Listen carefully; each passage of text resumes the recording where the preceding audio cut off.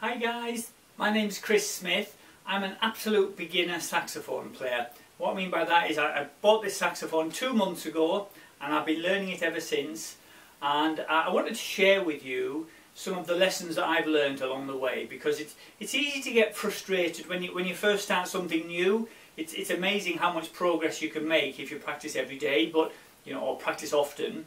But you can also get frustrated in that it can take you a while. You find a song that you really like and you start to learn it, and kind of a week and a half later you're still kind of struggling to get it to sound very good.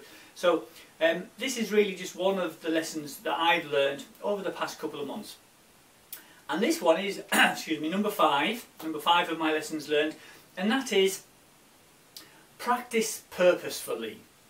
And what I mean by that is, if you've got a half-hour slot or an hour where you're going to practice, don't just pick it up and kind of blow some notes and sort of think, oh, that sounds good, or practice a song.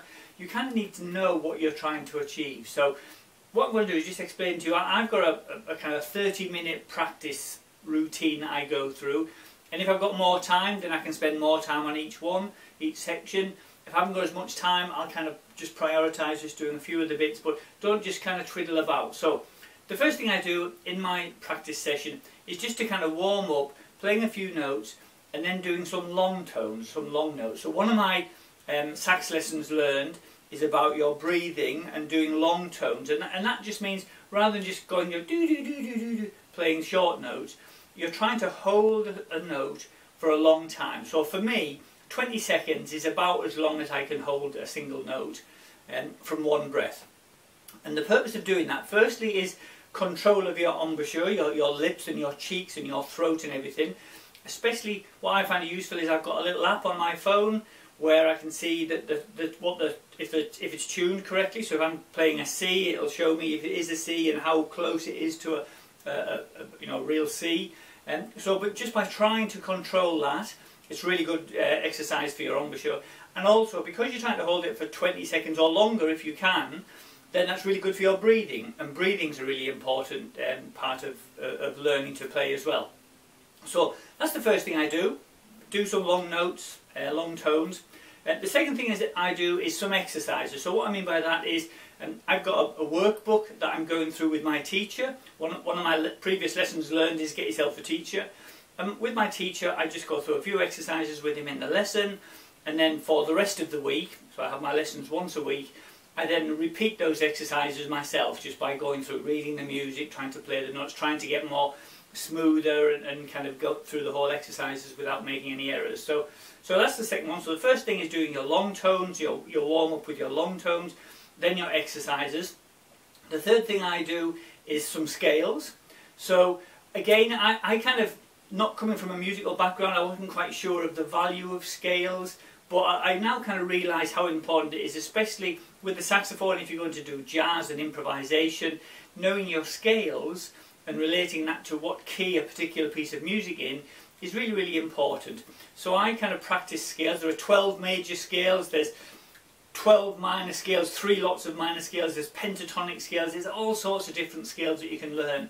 And it's just a process. You just have to go through them and learn them. Playing your scales and learning them one at a time, gradually getting faster and faster, is good for the fingering. It helps you understand the different notes and that, and get to do them naturally rather than having to think about them all the time. But also, when you know a particular scale and you then start getting into jazz and some improvisation, then you'll find that's a lot easier as well.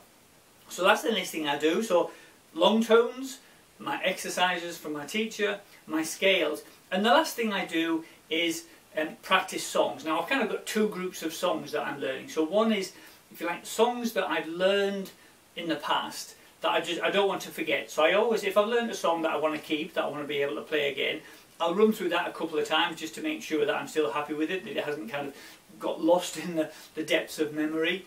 And then I'll start work on a new one. So whatever new song I'm working on, I'll work on it then.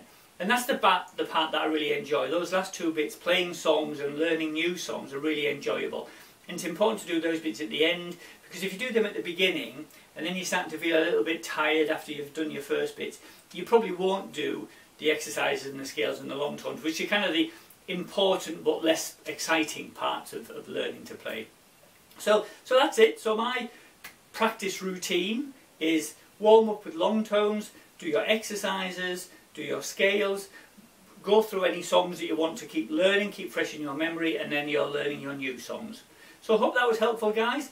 If you're interested in these sax lessons learned, there's a playlist you can click on just here to see all of the lessons that I've got so far.